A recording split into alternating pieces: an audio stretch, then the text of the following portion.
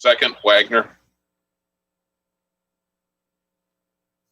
Any questions?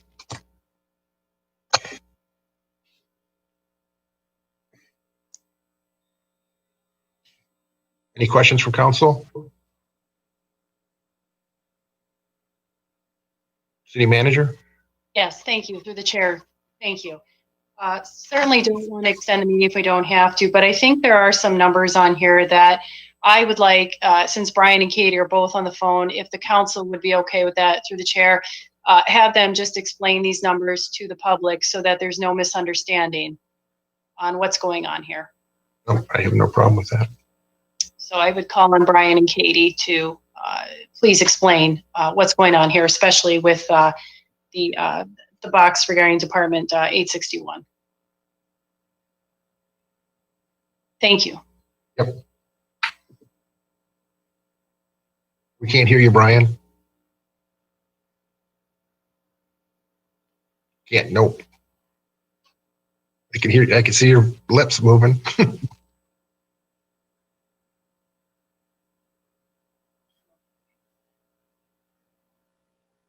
You're not on mute.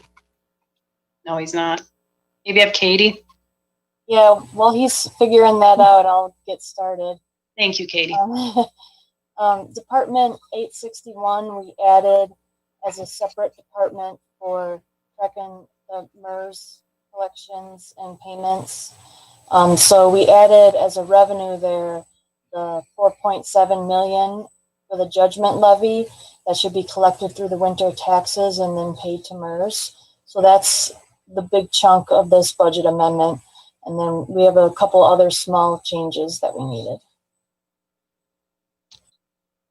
Can you hear me now? We can. My fault on that one. Did you change service providers? Not again, but I'm thinking about it. So as Katie mentioned, there's really only 4 items here. As far as budget amendments go, it's pretty straightforward. The 3, I'm referring back to the document that's in your packet. The 3 adjustments to expenditures are very straightforward, nothing out of the ordinary, with the exception of the end of the Hype Athletics management contract, or at least the required payment. So when trying to balance a budget, that one certainly is helpful to have come to an end. But the one I think that you're really referring to that needs conversation, Department 861, the MERS lawsuit, the $4.7 million judgment levy. So we've talked about this for many a year that I've been working with you. We were talking about it probably 5 or 6 years ago as something that was coming down the tracks, and we were going to try as hard as we could to avoid it. But it was not possible given the city's budget. And so as you recall, back in the spring, the city decided that we could, as a city, just not afford to make the MERS payment given the current budget. And so the city began paying 25 cents on the dollar for the required contributions. And as they should, MERS filed suit against the city. And this was just resolved recently, as you all know. So it went out on the tax bills. The tax bills go out today. And it's very unfortunate, but it was an absolute necessity. So the good news, if there is anything that comes out of that, is that it will put the city's budget for fiscal year 21 back into the black instead of the red. And the city is going to be able to send a communication to the Michigan Department of Treasury tomorrow saying that we are in the black and no longer in violation of Public Act 2 of 1968, also known as the Budget Act. So Treasury has been very concerned over the past 6 or 8 months that this was the path the city was going down. They did not like the fact that the city was in violation of the Budget Act. And so it will please them to know that the city has taken this step. They don't necessarily like the step, but they like the result, that you're back in good financial standing and no longer violating the law. Any questions on that?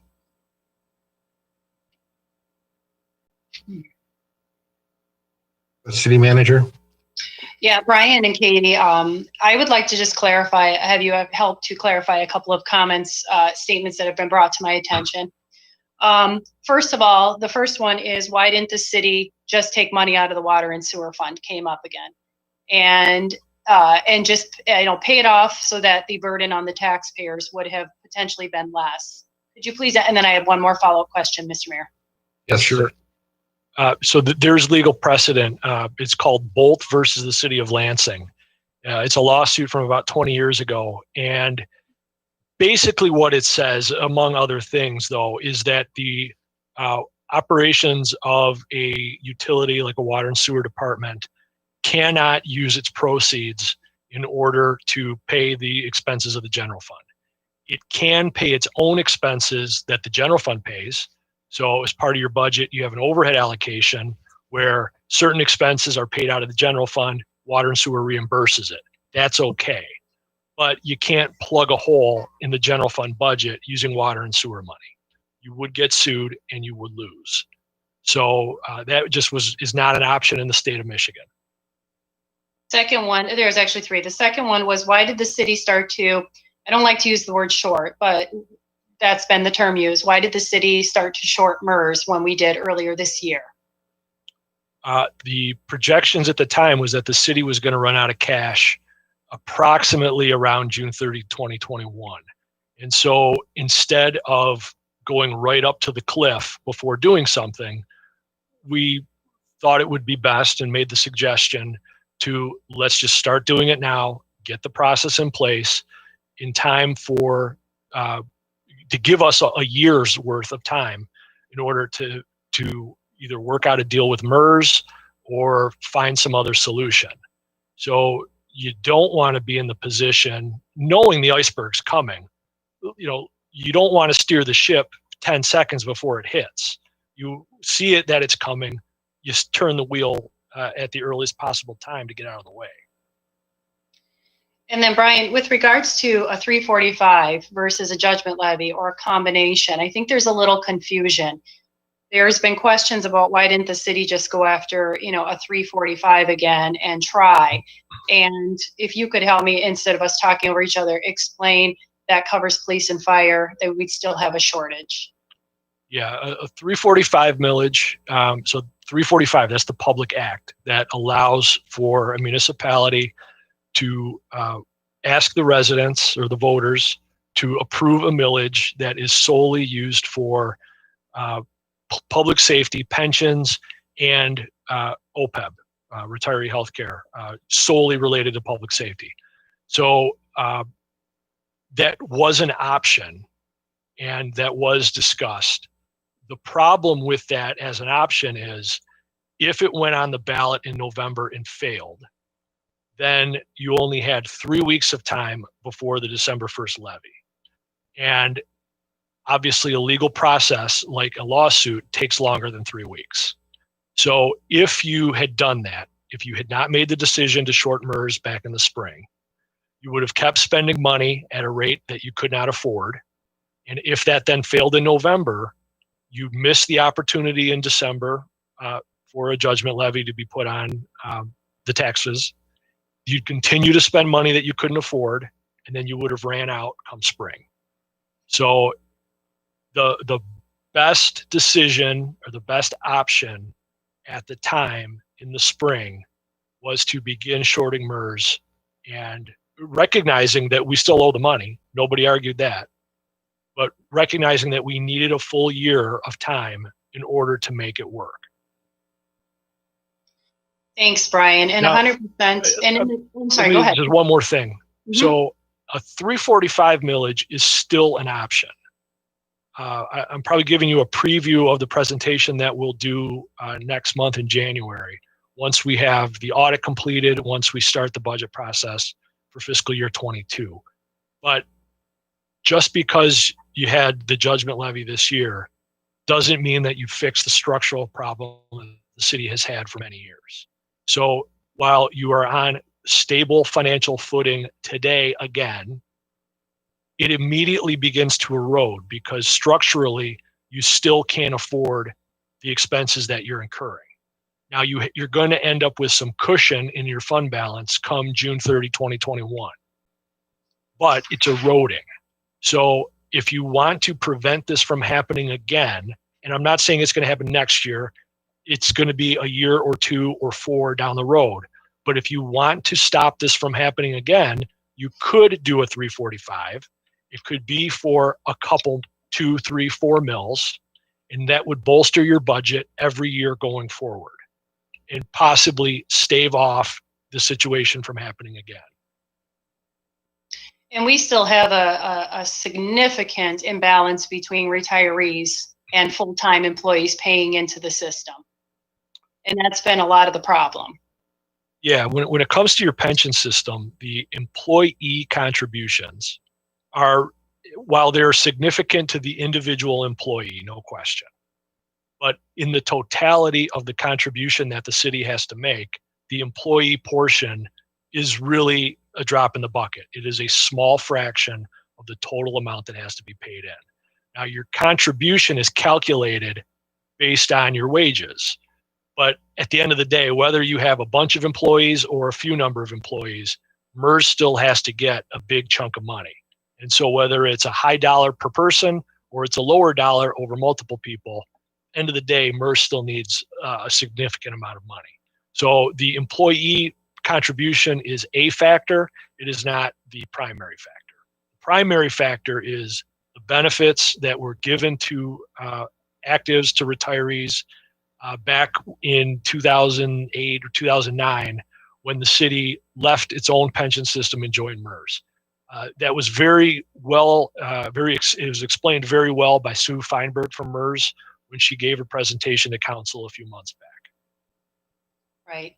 And I'll just close through the chair by saying that, there's been questions about just the city should just move to a defined contribution versus having a defined benefit. And that is something we cannot do because we are not even close to being funded enough to move in that direction. I think we're in the 50% range, 55% range, 56. And Last Brian, time I looked, it was 56. Yeah, it's a minimum of about 80%, correct? Or is it a full 100%? We'd have to find the exact number from MERS or ask them to provide that. But the point is correct, that in order to close your system, or if you were to close your system, MERS would accelerate the contributions that you have to make. And that, your payments are already huge. So it's, in the long run, it would be in your financial best interest. In the short run, you'd end up with another judgment levy in very short order because you just couldn't afford the payments. So I think it's worth exploring. It's absolutely more financially beneficial to have a DC plan than a DB plan. But getting there is a big hurdle. Financially, yeah. And I did a little bit of research because I know that 2008 to 2010 has been a big point of contention. I'll be putting together a timeline and information for the entire council. But I did have a chance with Elise Leslie, our personnel director, to talk to John from MERS today. And we looked at 2008 to 2010. And what we have so far, and we're not complete yet, but is in 2009, there were 30 individuals that were provided with a early retirement. 30. Those 30 were moved up as a part of that early retirement option from a 2.7 multiplier to a 2.8. The council did agree to that in February of 2009 unanimously. The increased cost from 2.7 to 2.8 for those 30 individuals equated to $1,231,648 for 30 individuals. So the reason that I say this is that we have an imbalance of, a lot of those people came back as part-time employees. There was and so whether that was a good move, a bad move, I don't know. I can't really speak to that. I don't expect Brian or Katie to speak to that today, but it just tells you significantly that 2.7 to 2.8 created a 1.2 million actuarial as far as the rate increase. I want to remind everyone that the city worked incredibly hard, and I want to thank the unions. We had 6 of our unions out of the 7 move from a 2.7, 2.8, and 2.5 multiplier down to a 2.25. So we went in this direction. We went into the right direction.